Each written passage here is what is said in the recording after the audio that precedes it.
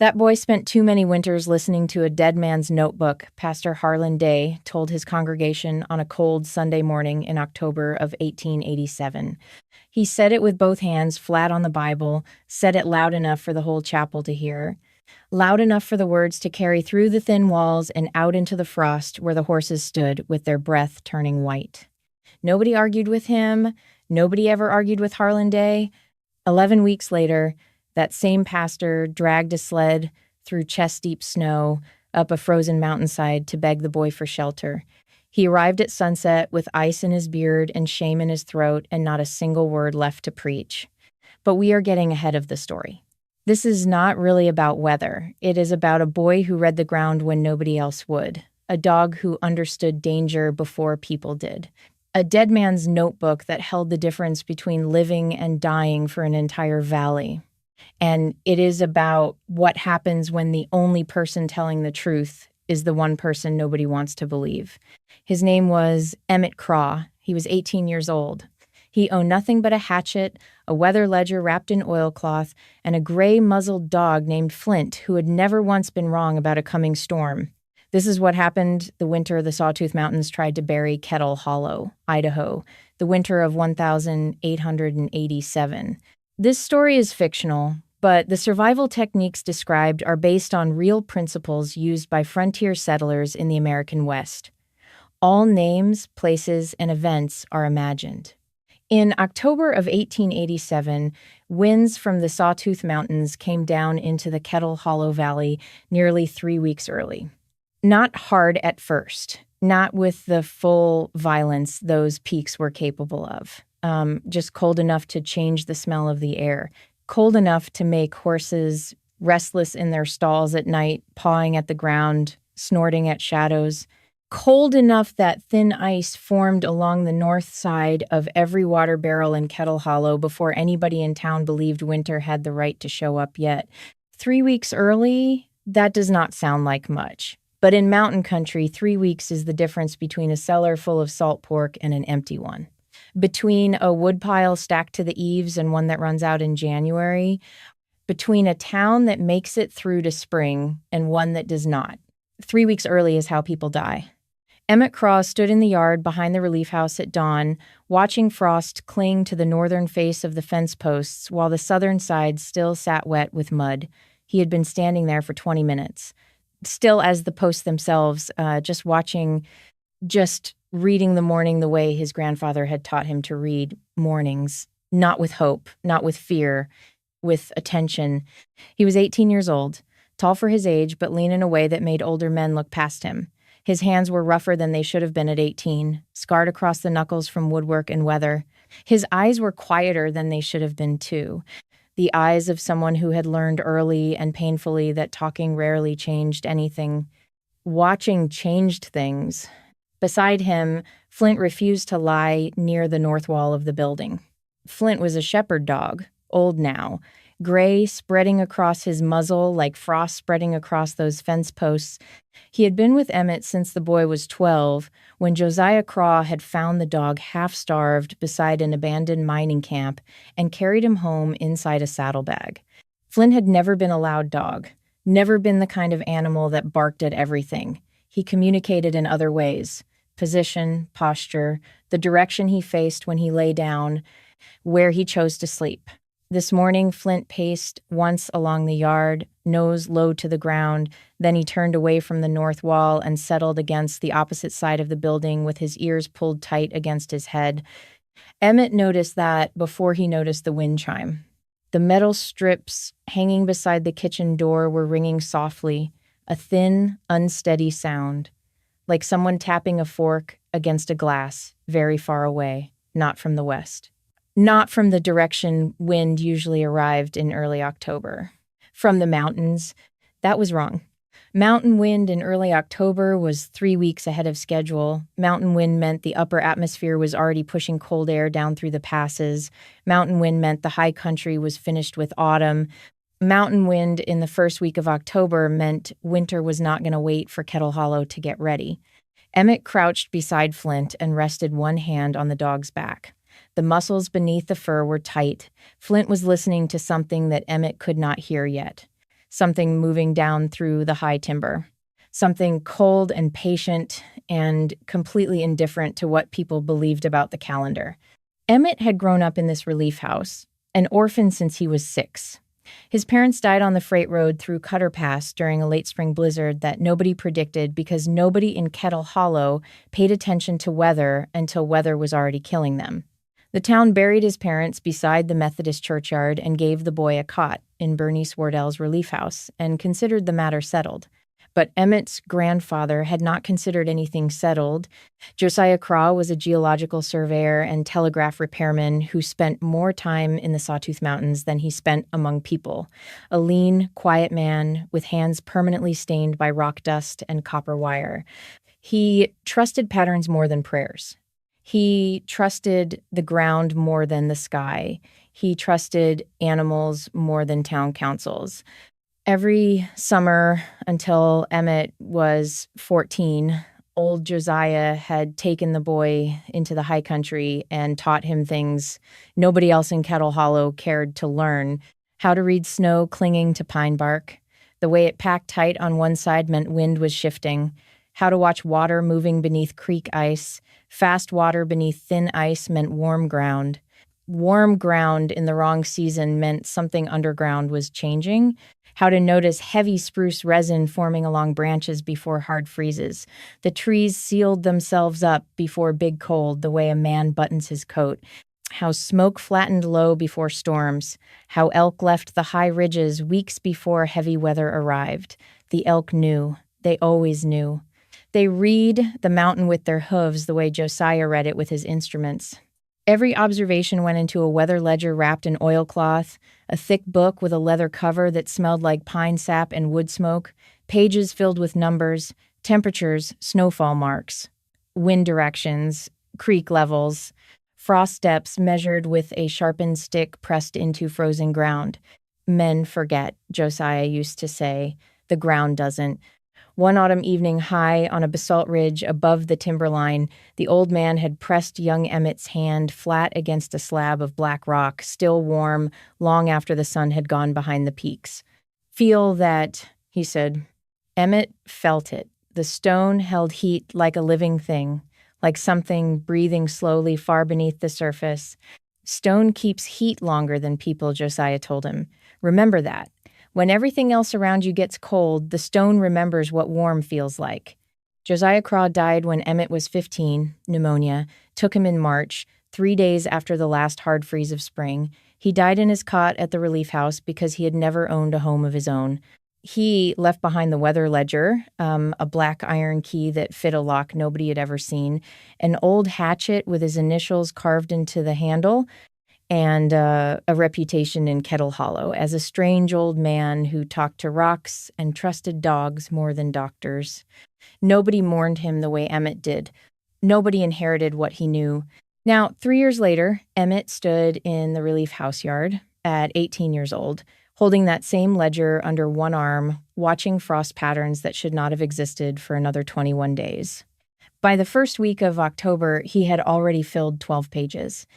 Elk were moving lower through the timber far too early. He had seen a herd crossing the Middle Valley on a Tuesday. They should not have been below the ridgeline until late October.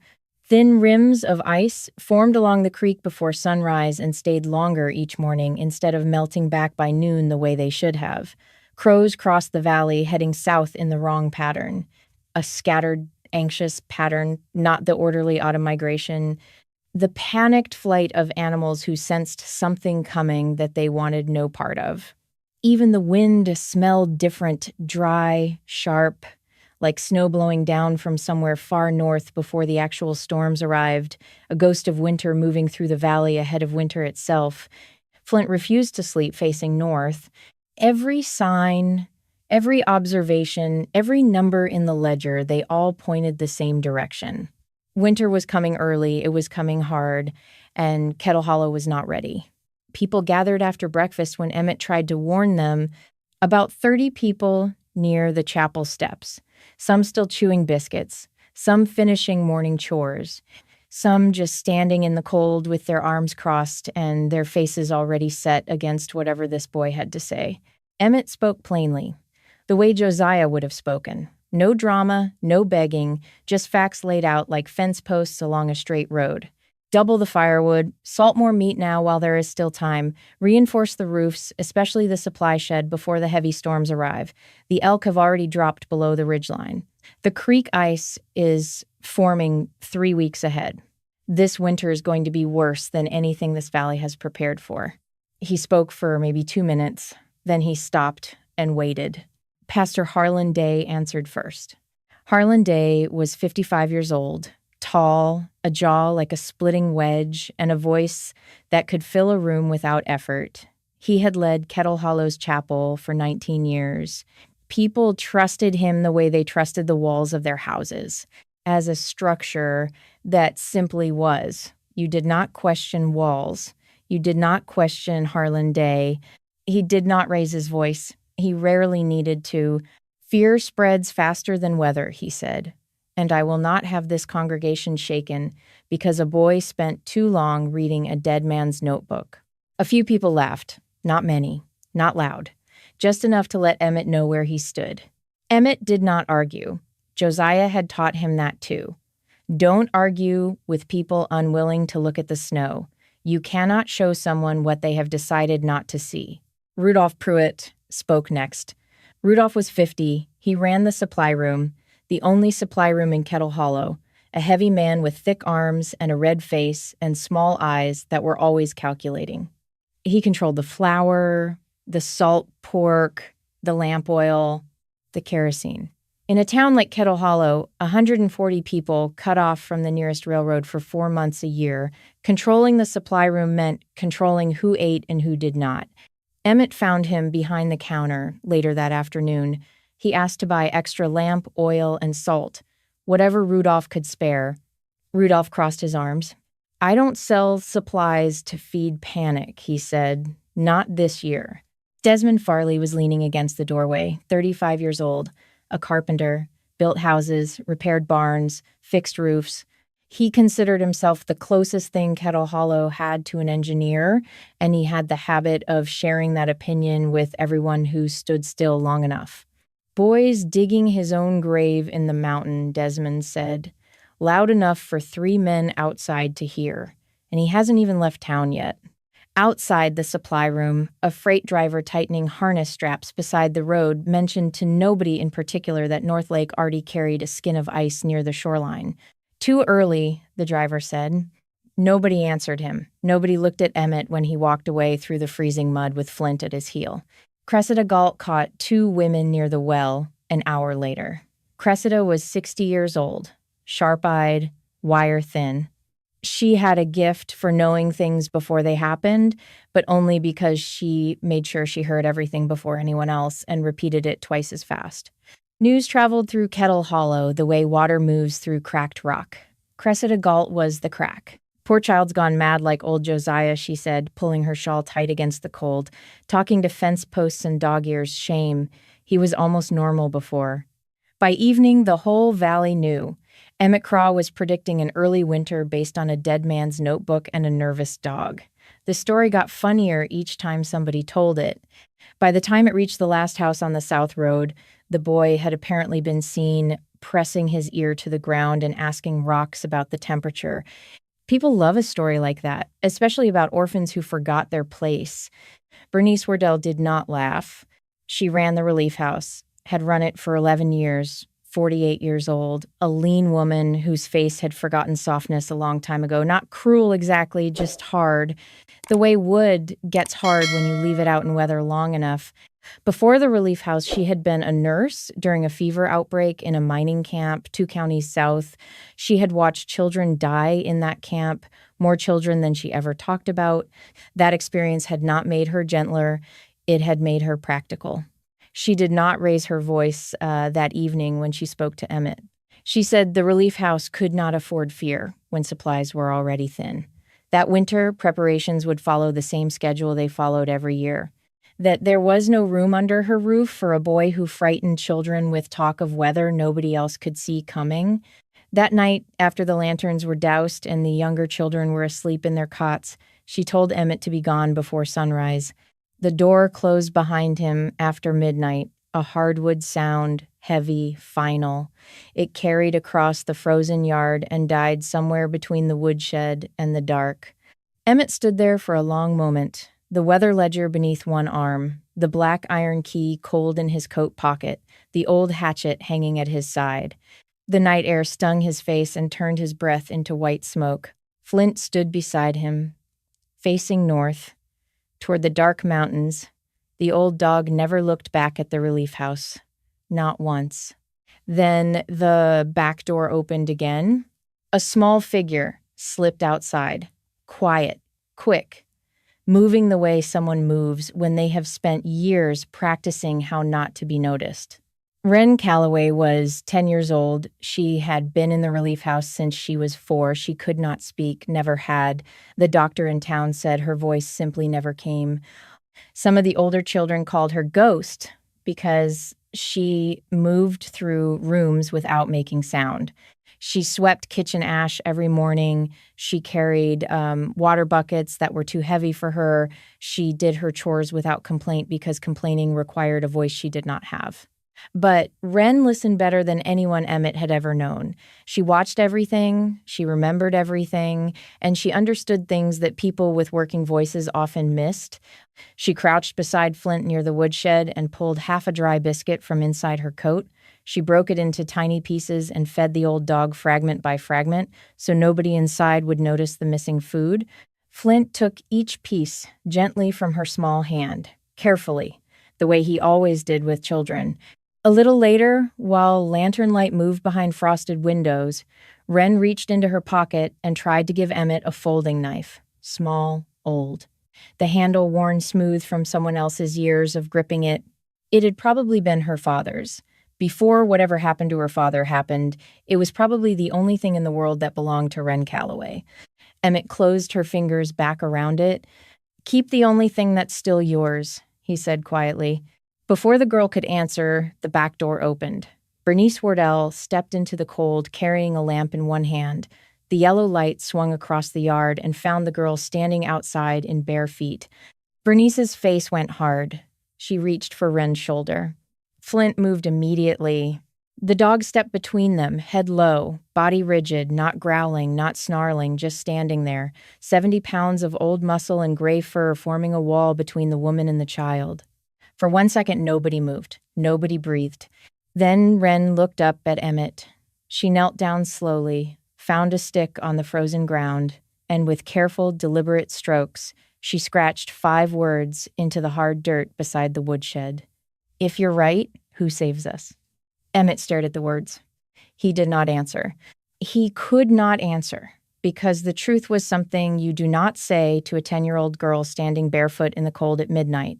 The truth was that nobody would save them. Kettle Hollow would do what it always did.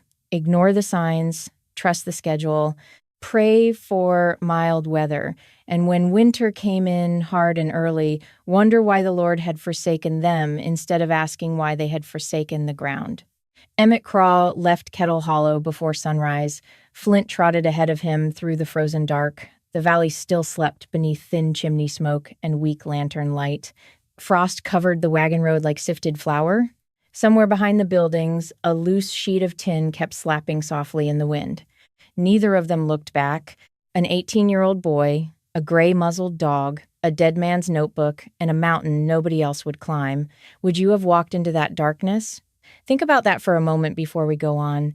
By noon on the first day, the wind had strengthened. Fine snow began moving across the ground in thin gray streaks, not falling from clouds, sliding along the surface in long, flat ribbons, running ahead of the real weather like scouts ahead of an army.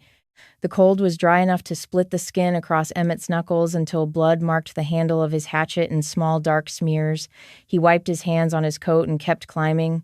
West, toward the Sawtooth Range, toward the mountains his grandfather had known better than any living room. Flint kept pace without complaint. But by the second hour, the old dog's breathing had changed deeper, more deliberate. The careful, measured breathing of an animal who knows the day will outlast his body if he does not manage his strength. Emmett stopped beside a fallen log in a stand of lodgepole pine and opened the weather ledger. He had read this book 100 times, maybe 200. Every page held Josiah's careful handwriting. Temperatures recorded at dawn and dusk, snowfall amounts measured against a marked stick, wind directions noted with abbreviations the old man invented himself, creek levels, frost depth, elk sightings with dates and elevations, 16 years of a man paying attention to the world. But today, between pages, he had turned 1,000 times before. Something caught on his thumb. A slight thickness between two leaves he had never noticed. He separated the pages carefully. A folded piece of oil paper, thin, nearly invisible, tucked so precisely into the binding that 3 years of reading had never disturbed it. He unfolded it with cold fingers. The handwriting was unmistakable. Josiah's hand, Josiah's ink. If you are reading this, Kettle Hollow finally did what I always feared it would. Emmett read the line twice. The wind moved through the timber above him. Pine needles released their sharp, cold smell. Below those words, Josiah had drawn a rough map, a path leading west from the valley toward the high ridges, toward a feature marked with a small dark X and 2 words written beside it, Blackstone, and beneath the map, one more line, don't argue with people unwilling to look at snow. Emmett held the paper for a long time. His hands shook, not from cold, from understanding the old man had known, not just about the weather, about the people. He had known that someday Kettle Hollow would turn on his grandson the same way it had turned on him. Known it with enough certainty to plan for it. To write a letter and hide it inside the one book Emmett would never stop reading. To draw a map to a place he had prepared years before anyone needed it. 16 years before Emmett found this letter, Josiah Craw had built the escape route. That was either love or madness. Emmett decided it was both. He folded the paper back into the ledger, stood up, and continued west. The second day nearly broke him. The mountains stripped strength one piece at a time. That is how mountains work. They do not attack. They just keep taking a little warmth here, a little energy there, a little feeling from your fingers and a little flexibility from your joints until suddenly you realize the mountain has taken everything and you have nothing left. The bread in his pack turned stiff as wood by morning. By afternoon, it thawed beneath his coat and went damp and sour. He ate it anyway, chewed it until his jaw ached because stopping to cook was not an option. Not out here. Not with the wind rising. His hands shook badly enough that striking a match took 4 attempts. The matches were getting damp, too. If they went completely wet, he would have no fire at all. Flint grabbed his sleeve with his teeth and pulled. Emmett resisted for a moment. Then he sat. The old dog would not let go until Emmett stopped moving. Sit. Rest. Do not be stupid. That was what the dog was telling him. In the wordless language that animals speak when they love someone too much to watch them destroy themselves. Near dusk on the second day, Emmett noticed something wrong with the snow. It was gathering along the southern face of the basalt ridges instead of the north. Snow should have been packing against the northern side where prevailing winds pushed it, but the snow was building on the wrong side, which meant the wind had changed direction.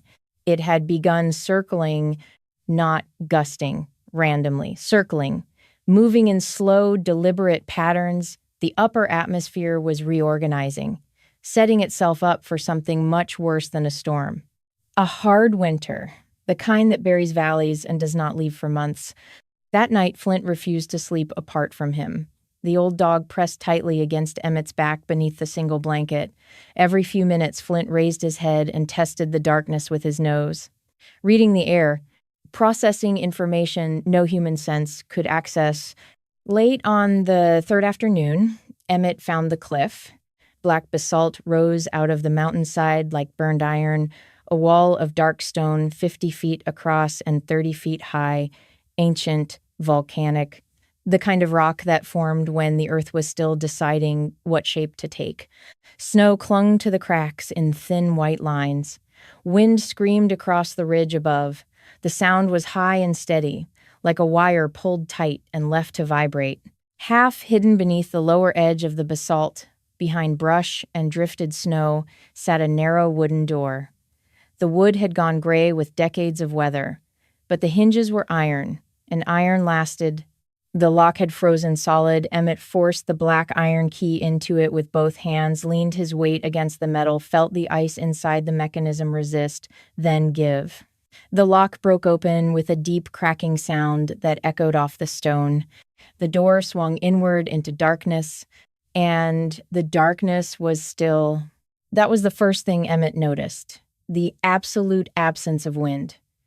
Outside, the air moved constantly, cut through clothing, found every gap, stung every exposed surface. Inside this opening in the mountain, the air did not move at all. It just sat there, heavy, silent, like water in a deep well. No knife-edge cold cutting through his coat, no sound of wind at all, only stillness.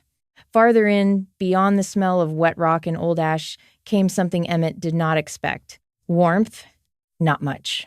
Not the warmth of a fire or a heated room, but warmth, real, unmistakable, rising from somewhere deep beneath the floor of the cave, a faint breath of heat coming up through the stone itself. A narrow stream moved quietly along one wall. Emmett knelt and touched the water. Cool, but not cold, not frozen, not anywhere close to frozen. In the Sawtooth Mountains at the end of October, this water should have been ice. Instead, it flowed freely, quietly, like something that had been alive in this dark place for a very long time. Near the stream, letters had been carved into the basalt, cut deep into the stone with a chisel and hammer. Jetzt 1871. Emmett pressed his hand against the mark, felt the grooves his grandfather had cut into this rock 16 years ago, felt the stone itself, cool but not cold, holding the memory of warmth the way Josiah said it would. Stone keeps heat longer than people. For the first time since leaving Kettle Hollow, Emmett sat down without looking back toward the valley. Flint walked past him into the shadows. The old dog circled once near a dry slab of rock, sniffed the air, sniffed the ground, made his assessment. Then he lay down with a long, slow breath. The kind of breath a dog makes when he finally stops worrying about what comes next. The cave kept the wind out. That was the first victory. But wind was only one of the things trying to kill Emmett Craw that winter.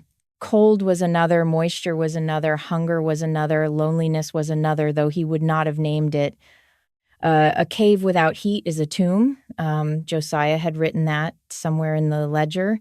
Emmett remembered the words as he stood in the dark on his first full morning inside the mountain and felt the chill settle into his bones despite the absence of wind. So he began working. Every morning he climbed back into the timber above the basalt ridge. The lodgepole pine grew thick up there. Dead trees stood among the living like gray pillars. He chopped them down one at a time with the hatchet, trimmed the branches, and dragged the trunks down the slope. Each trip took longer than the last. The logs were frozen, heavy with sap that had turned to amber resin in the cold. By the third trip, his shoulders burned so badly he could barely lift the hatchet above his waist. The skin across his palms tore open and bled. The blood froze on the hatchet handle in thin, dark lines.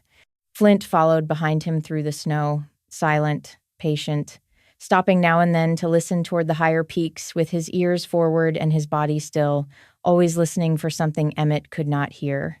Inside the cave, Emmett built a wall near the entrance, willow branches woven into a lattice frame, clay from the stream bank mixed with horsehair from old supply bundles Josiah had left behind.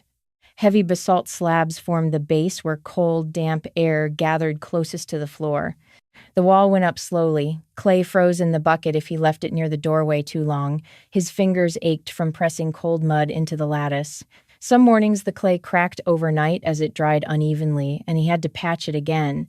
But the wall held, the wind stayed outside, and the temperature inside climbed. Not warm, but warmer. Enough to keep his water from freezing, enough to keep Flint comfortable.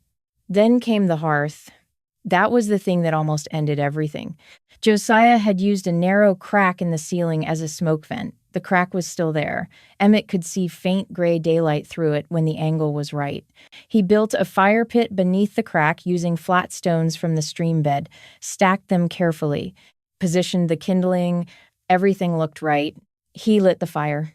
It caught immediately. Flames climbed through the dry pine kindling with a sound like paper tearing. Heat bloomed outward. For about 30 seconds, it was perfect. Then the smoke stopped rising. Instead of climbing toward the ceiling crack, the smoke rolled forward into the cave, toward Emmett, toward Flint. Gray-white clouds spreading across the ceiling like fog rolling down a hillside. The smoke was going the wrong direction. Within a minute, the air inside the cave turned thick and sharp. Emmett's eyes burned. His throat closed. He could not see the far wall. Flint started coughing. The sound was terrible, deep, racking coughs that shook the old dog's entire body. Flint stumbled sideways, trying to get away from the smoke. His legs went uncertain beneath him. He hit the wall and coughed again so hard his front legs buckled. Emmett killed the fire, kicked dirt and ash over the flames, smothered it with his coat, the cave filled with the smell of burned wool and wet ash. Then he found Flint.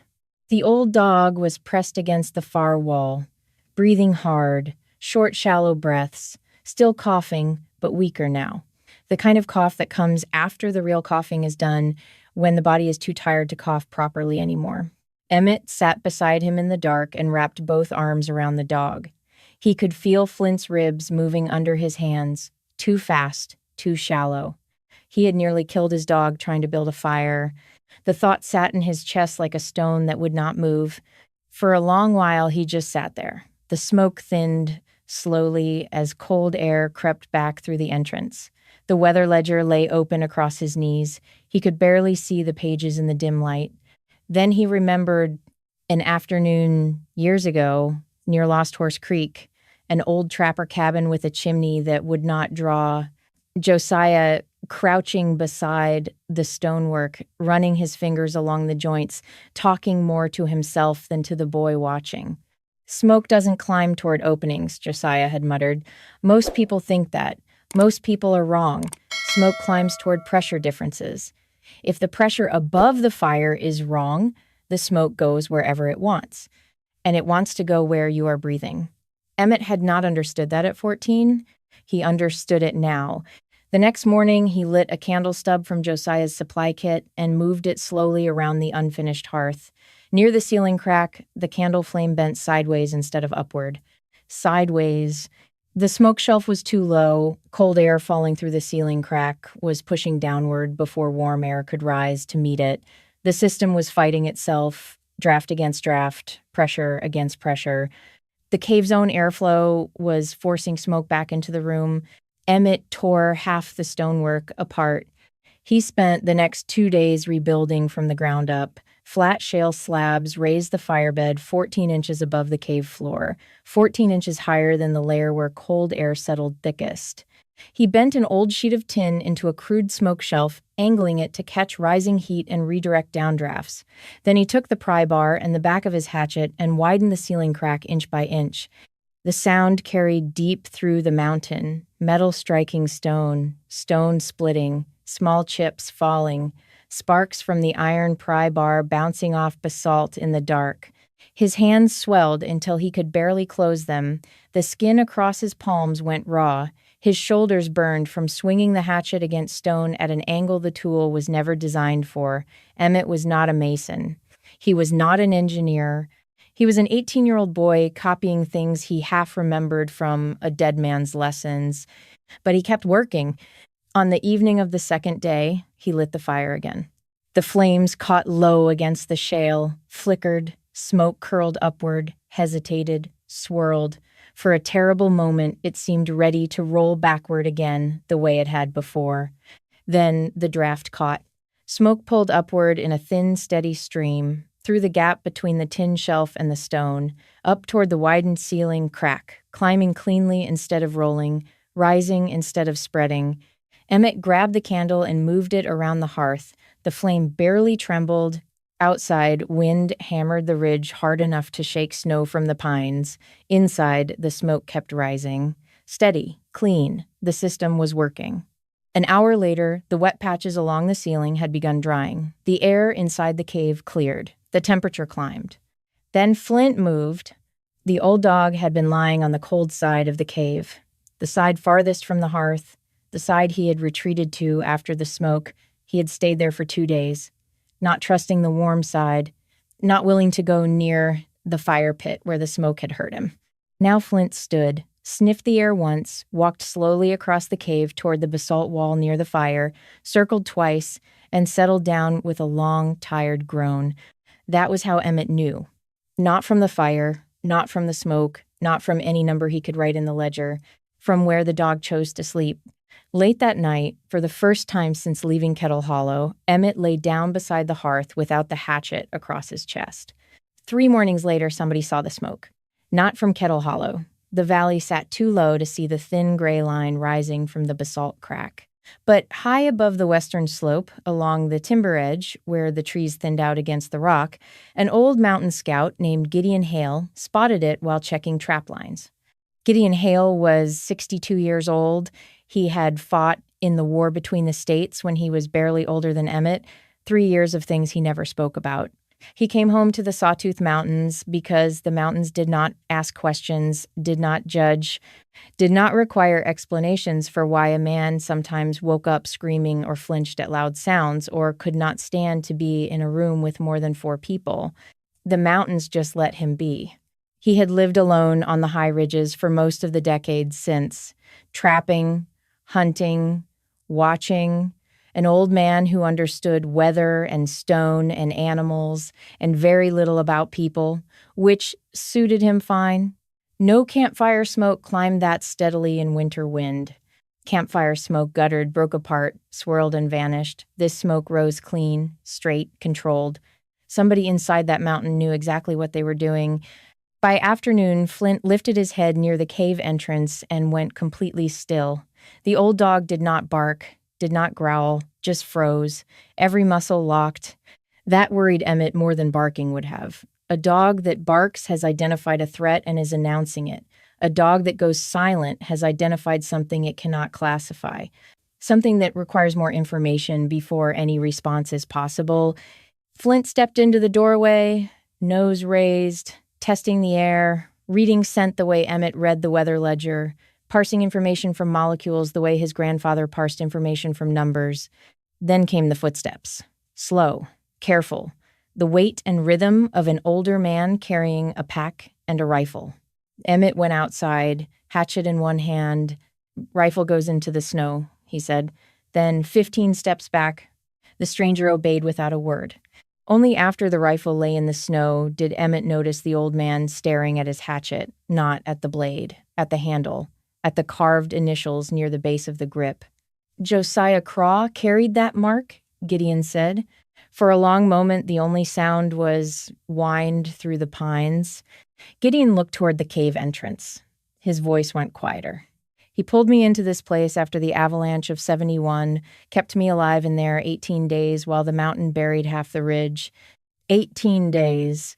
Emmett let that sit.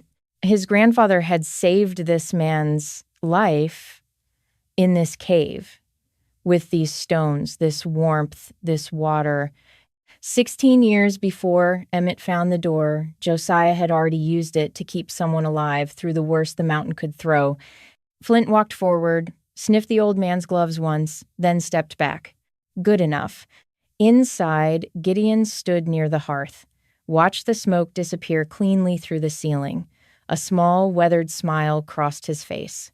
Josiah didn't prepare a cave, he murmured. He prepared a place where weather couldn't argue with a man. He stared into the fire a few seconds longer. That old fool's still saving lives after death. Gideon stayed 4 days. He taught without lectures. He taught by doing. Hardwood burned slower than pine, held coals longer through the night. Oak and ash and birch kept a hearth alive until morning when pine would burn itself out by midnight. Bedding needed empty air beneath it, even a half-inch. Without that air gap, moisture crept upward from the stone floor into blankets and clothing. Slow, invisible. You did not notice it until you woke up shivering in wet bedding at 3 a.m. and could not figure out why. Fresh hides had to dry beside moving warm air, not direct flame. Direct flame dried the outside hard while the inside stayed wet. Mildew grew in the gap between, rotted the hide from within. But if you hung it where warm air circulated naturally, the whole hide dried evenly.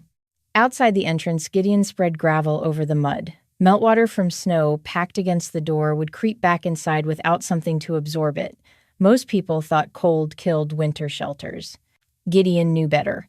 Most shelters fail from wet before cold, he said once, hammering frozen stone loose with a pry bar. People worry about freezing. They should worry about dripping. Emmett wrote that in the ledger. Then the system failed again. The temperature dropped hard after midnight. Wind struck the mountain so violently it shook dust from the ceiling cracks.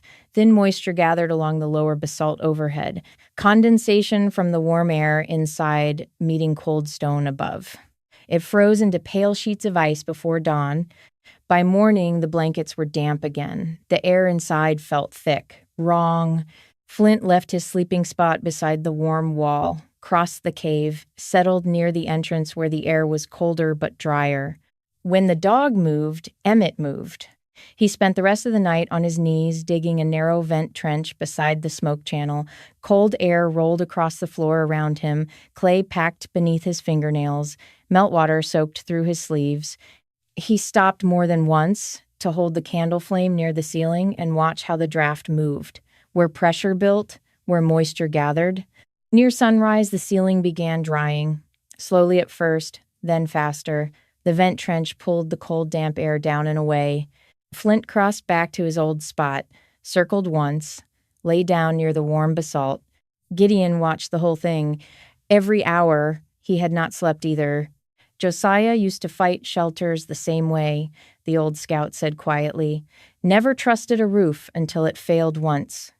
A week after Gideon left, Emmett expanded the wood storage deeper into the cave. That was when he found the soil. Near the underground stream, beneath a shelf of basalt, one narrow strip of earth stayed soft. Not warm to the touch, not steaming, but soft, unfrozen. While the ground above the cave was locked solid under ice and snow, this small ribbon of earth remained loose, alive. Geothermal heat, warmth rising from deep below the mountain, not enough to feel on the surface, but enough to keep a strip of soil from freezing. Emmett tested it carefully, mixed fireplace ash into the dark earth to loosen it, used old tin food boxes as planting trays.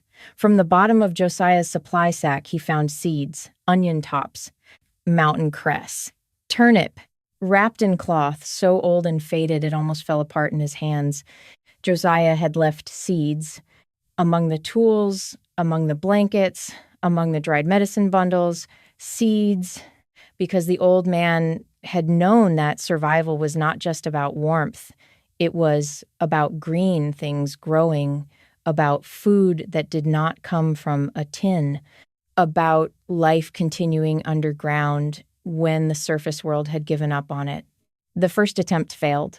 Too much moisture pooled beneath the trays, seeds rotted, thin white fungus spread along the soil, edges like a second kind of frost.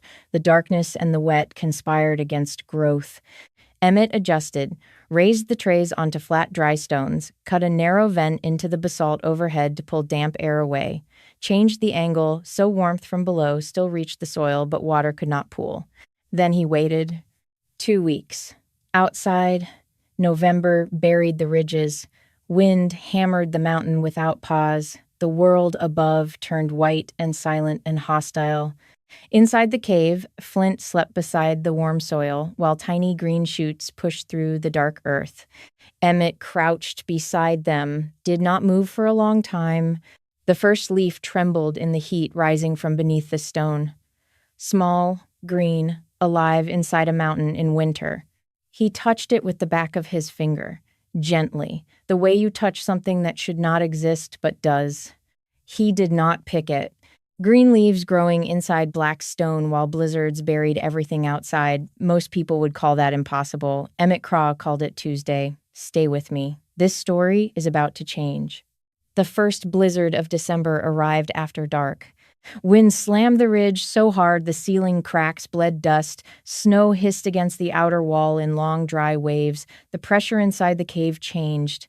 Emmett felt it in his ears, a deep, squeezing weight. The mountain storm settling over the range like something enormous lying down on the roof of the world. Flint reacted first. The old dog rose from beside the hearth. The fur along his spine stood high. He was on his feet before any sound reached the door. A low growl rolled through his chest. Not loud, not aggressive, a message meant only for Emmett. Something is out there, and it is not weather. Then came footsteps. Slow, even, deliberate. Not the stumbling rhythm of a freezing man, not the panicked scramble of someone lost in a blizzard. These steps were measured, controlled. Somebody had climbed this ridge on purpose in a killing storm.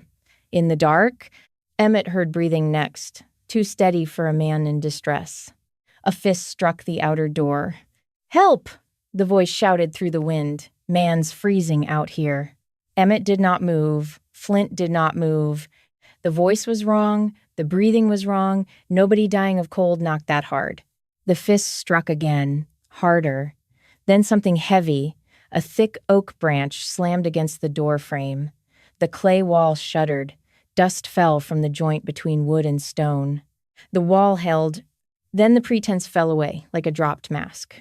"Your grandfather stole freight meant for winter camps," the man outside yelled. The voice was raw now, stripped of performance, full of something that had been growing for years.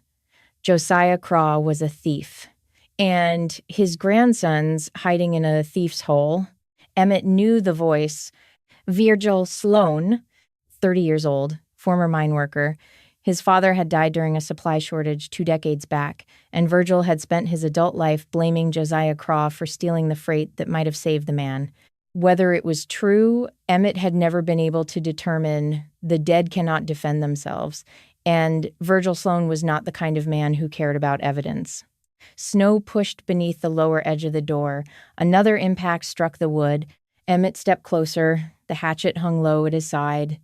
"If you hit that door one more time," he said calmly, "the cold outside won't be the most dangerous thing waiting for you." One long second, only the storm spoke. Then a rifle cracked from somewhere high along the ridge, fired upward, into the sky, not at anyone, but the sound slammed through the mountainside like splitting timber. It echoed and echoed and echoed off the basalt walls until it seemed like the mountain itself was telling Virgil Sloan to leave. Virgil backed away, boots sliding on snow and rock, a stumble, then nothing. The storm swallowed him whole. Gideon Hale came down from the ridge a few minutes later, snow on his shoulders, gun smoke on his coat. His hands were shaking when he pulled off his gloves.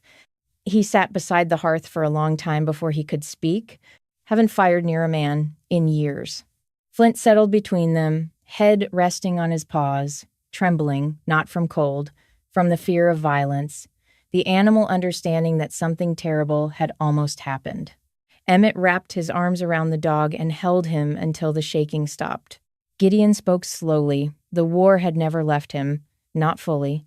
The frozen camps, the bodies found after spring thaw, men who survived the battles but carried the cold inside themselves for decades afterward, cold that no hearth could reach. Emmett looked toward the cave entrance, snow blowing past the cracks in thin, pale ribbons. The storm outside did not hate anyone, did not remember names, did not carry grudges. It only did what winter had always done. People were the ones who carried bitterness across seasons. "The storm doesn't remember who you are," Gideon said quietly. "People do." A week later, Gideon came again through knee-deep snow. He carried a folded scrap of paper inside his coat. "Wren sent it," he said. Emmett unfolded the note beside the fire. The handwriting leaned unevenly across the page. Careful letters from a child who taught herself to write because speaking was not available. Children at the relief house were coughing through the nights, flour barrels nearly empty. Bernice Wardell measured soup 1 spoon at a time. Some people still called Emmett a liar near the chapel stove. Then the last line, "I still believe you." Emmett said nothing for a long while. Behind him near the stream, the mountain cress had grown thick enough to harvest, small green leaves pushing up beneath black basalt. He cut the first handful with careful movements, did not eat any of it, wrapped the green leaves in cloth and placed them beside Wren's letter near the fire. the first food he grew in darkness, and the first words that mattered from the town that threw him out. He kept them together. Meanwhile, Kettle Hollow was dying, not in one moment, piece by piece. Storms buried fence lines, families burned furniture for heat, children coughed through dark hours. Desmond Farley inspected the supply shed roof and called it sound.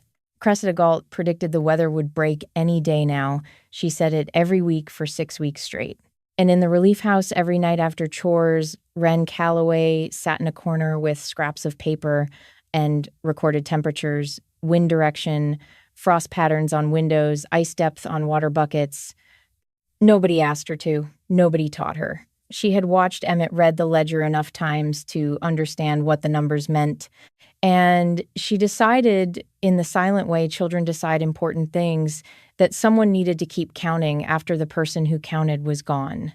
Emmett had food and warmth and shelter. The town that cast him out was starving. What would you have done? Stayed silent or sent help to the people who called you a liar? Hold that thought.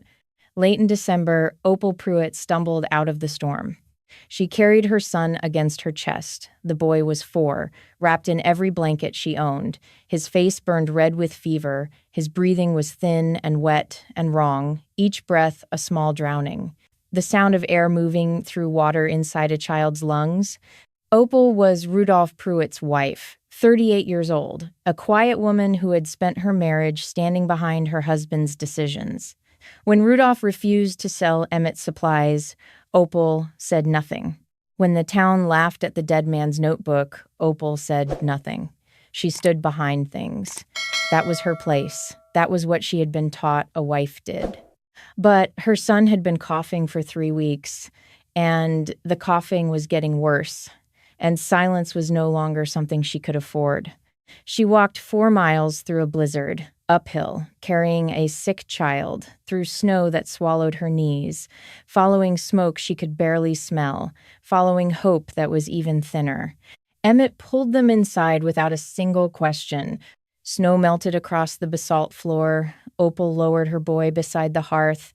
She did not apologize, did not explain, did not say, "I am sorry," or "you were right." She just removed the wet scarf from around her son's neck and placed it near the warm stones. Then she noticed the plant's green leaves growing beneath black rock. She stared at them for several seconds. Fresh leaves, in December, inside a mountain. Tears came down her face before she could turn away. Emmett said nothing about it. Some things do not need words. Some things just need a man to boil water and get to work.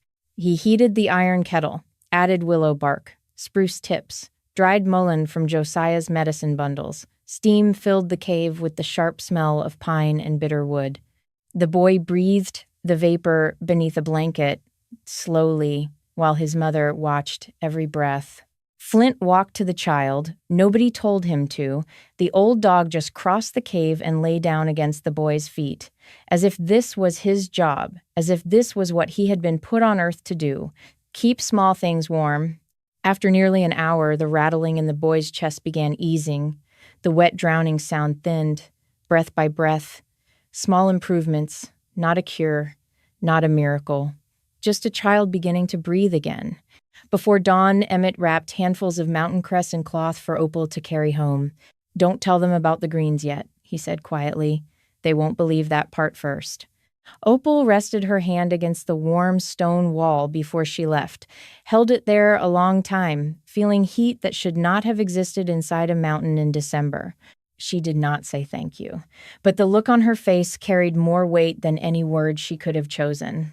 The following Sunday, wind rattled the chapel windows during Pastor Day's sermon. Cold crept through the floorboards. The iron stove glowed near the front pews, but the heat barely reached the middle rows. Every few minutes, someone coughed, then someone else. The chapel sounded sick. The chapel sounded like a town that was running out of time. Harlan Day stood behind the pulpit, both hands on the Bible, his voice as deep and certain as it had ever been. "People have begun climbing into those mountains," he said, "trusting stone and hidden places instead of the Lord's provision." Nobody answered. Snow hissed against the walls. Then Opal Pruitt stood up. The whole room went still. Opal Pruitt did not stand up in church, did not speak in front of people, did not draw attention to herself. That was not who Opal Pruitt was. But she was standing now, gloves damp from the walk, face tired in a way that had nothing to do with sleep. My boy slept through the night, she said. Her voice was quiet, steady. Silence. First full night in 3 weeks. No speech after that, no plea, no accusation. Just those words hanging in the frozen air while every person in the chapel remembered the sound of their own children coughing in the dark. While they counted the nights, while they remembered. A bench creaked near the back. Rudolph Pruitt stood slowly, the big man who controlled the supply room, his hat turned between his hands. "I should have stored more flour before the roads closed," he said. His voice was rough, Craw warned me. Nobody mocked him. Pastor Harlan Day looked down at the open Bible. His jaw tightened once. The chapel waited for him to continue preaching. Instead, he closed the book. The sound was louder than it should have been in that frozen room. By mid-January, the storms were constant. Snow buried the lower half of the cave entrance overnight. Wind carved the ridge into shapes that looked frozen mid-scream. That was why Emmett almost missed Bernice Wardell collapsed near the outer wall. Flint found her. The old dog stopped beside the drifted entrance and gave a low, uncertain whine, would not move closer. Something about the shape in the snow made him hesitate. Bernice's hands had gone gray, her lips were blue. Emmett dragged her inside and wrapped heated blankets around her. Melted snow dripped from her boots onto the stone floor for a long time. She could barely hold the tin cup he pressed into her hands. When she finally spoke, her voice was small, smaller than the woman who ran the relief house, smaller than the woman who had closed the door behind him at midnight. The walk and the cold and whatever she had been carrying inside her chest for weeks had stripped everything away and left something underneath. Something that sounded almost like a girl who had never quite healed from something that happened a long time ago. "My mother healed people during the fever years," she said. The fire crackled between them. She knew roots, tea bark, lung sickness. Bernice stared at the coals. Then children started dying anyway. Wind groaned through the rocks outside. The town blamed her because frightened people always need someone standing close enough to touch, someone to point at when the dying won't stop. She reached into her coat, slowly, her hands shaking. She pulled out a brass compass, old, darkened with age, the case scratched and dented. Josiah Craw's compass. "I kept this after he died," she said quietly, "not because I hated him." She paused, "because I know what happens to people who understand things others don't." Her hands trembled harder. "I thought if Kettle Hollow pushed you away early enough, maybe they wouldn't destroy you completely later." The cave was silent, just the wind outside, just the coals shifting beneath the shale, just two people and the weight of a truth that had been hidden behind a hard face for months. She had not thrown Emmett out because she was cruel. She had thrown him out because she knew what towns did to people who were different, who knew too much, who saw too clearly. She had watched it happen to her mother. She had been trying, in the only way she knew how, to save the boy from the same fate. And she had been wrong, and she knew it, and the knowing was heavier than the snow that had nearly killed her on the ridge. Emmett took the compass from her hand, held it for a moment, felt the weight of his grandfather's years in the brass. Then he placed it back beside her hand near the warm stone, without a word. Hours later, exhaustion pulled Bernice into sleep beside the fire. Her breathing deepened, her hands relaxed. Only then did Flint move. The same dog who had stood rigid between Bernice and Wren that night in October, the dog who had made himself a wall to protect the child from the woman. That same dog now crossed the cave, slowly, quietly, and lowered his gray head across Bernice Wardell's feet. Whatever he had been guarding against, he was done guarding now. By February, Kettle Hollow had stopped pretending. The stage road had vanished beneath snow. Men probing ahead with fence poles could not tell where the road ended and the frozen creek began. Flour barrels ran nearly empty. At the relief house, children burned with fever under thin blankets while the soup kettles grew thinner every night. 38 degrees below zero, wind at 55 miles per hour, 40 inches of snow in 5 days. Numbers beyond anything in living memory. Then the supply roof collapsed. The sound carried across the valley before dawn like a cannon shot, a crack, a groan. Then the deep thundering crash of wet snow and broken beams falling through into the grain stored below. Desmond Farley's roof, the one the carpenter had inspected and declared sound, built with 20 years of experience and the absolute confidence that he knew how roofs worked. Half the remaining grain buried beneath splintered timber. Desmond stood in the wreckage at dawn, his mouth opened once, closed. He looked at the broken beams he had nailed into place himself and could not find a single word. By noon, the truth had become unavoidable. Kettle Hollow could not survive the rest of winter alone. Rudolph Pruitt gathered a sled team. Pastor Harlan Day came. Desmond Farley came. 3 other men. They tied ropes across their shoulders and dragged firewood and empty sacks and tools uphill through snow that swallowed their legs. The climb took the entire day. Wind tore across the ridge without mercy. The cold found every gap in their clothing. Sweat froze beneath their coats. Each step required pulling the sled through packed snow that gripped the runners like concrete. Twice, the sled rolled sideways into drifts hard enough to pull men off their feet.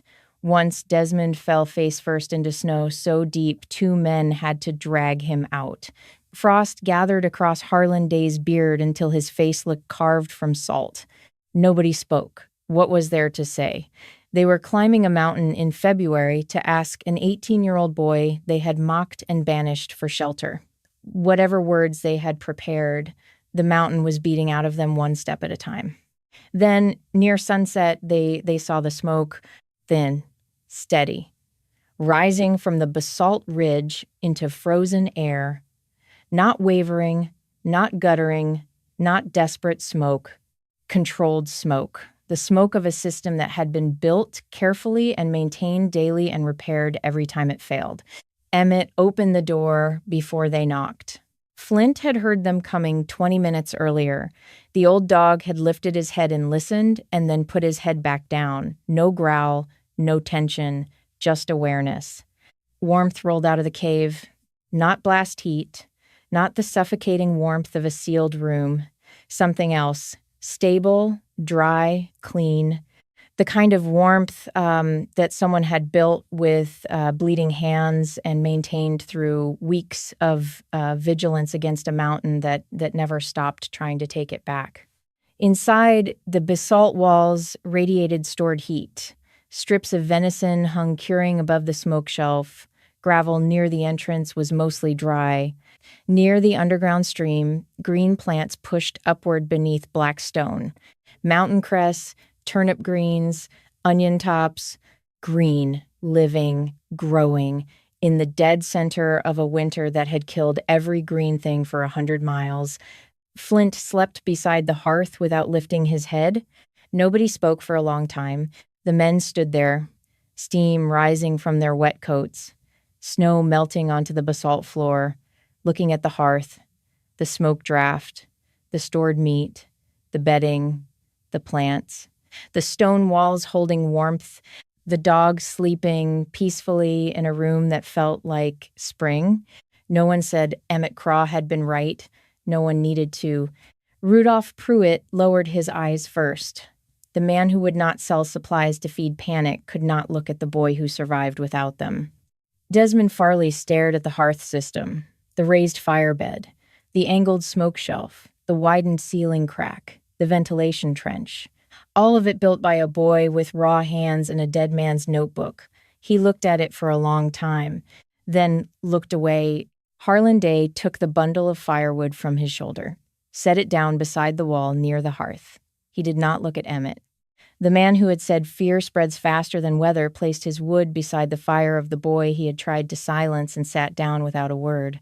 Cressida Galt came later, carried up the ridge by younger men, her grandchild bundled against her chest.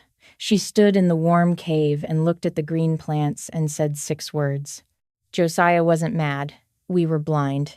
More came, over the following days, families making the climb, women carrying children, old men leaning on sticks.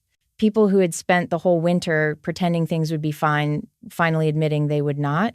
Emmett fed them. He shared the venison, the greens, the warmth. He explained the hearth, why the firebed sat 14 inches above the floor, why the smoke shelf needed an angle, why bedding required air beneath it, why gravel at the entrance mattered. He explained it all, patiently, the way Josiah would have. Not because they deserved it, not because they had earned it, but because knowledge that stays locked inside one person dies when that person dies. Emmett had watched that happen once. He would not be the second. On the second evening, Opal's son sat near the hearth, watching Flint sleep. The boy had the careful fascination of a child who has just discovered that dogs are the most important creatures in the world. "Can I pet the dog?" he asked. Flint's tail twitched. Not a full wag, just a small movement. The first time the old dog's tail had done that since leaving Kettle Hollow. Emmett nodded. The boy reached out and touched Flint's gray muzzle. The old dog opened one eye, looked at the child, and closed it again. Emmett Craw was 18 years old. The people in that cave were the same ones who called him a liar, denied him supplies, threw him into the cold. He fed them anyway, taught them anyway, kept them warm anyway. What does that say about the kind of man he was becoming? Think about that for a moment. Emmett Craw lived inside the basalt cave for the rest of his life. That sentence sounds small, but what it contained was not small at all. What began as a shelter became something larger. Not a house exactly, something between a home and a school and a place where the mountains stopped being an enemy and became something closer to a partner. A conversation partner, a teacher that taught by testing. Over the years that followed, Emmett expanded the cave one section at a time. A timber sleeping room near the warmer wall, stone-lined basins collecting clean water from spring thaw, drying racks for venison and elk above improved smoke channels that carried heat without soot. Old freight crates became bookshelves. Josiah's weather ledgers filled an entire wall by the time Emmett's beard started showing threads of gray. Then white, then more white than dark. Time moved, the way it does. People started coming from valleys beyond Kettle Hollow, ranch hands, trappers, widows trying to keep children alive through winters that showed no mercy. They climbed the ridge to learn practical things.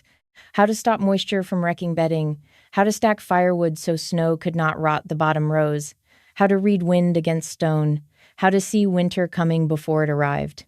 Emmett taught them all, the way Josiah taught him, with patience, with demonstration, with the quiet certainty of someone who had tested every piece of knowledge against the worst the mountains could deliver and found it sound.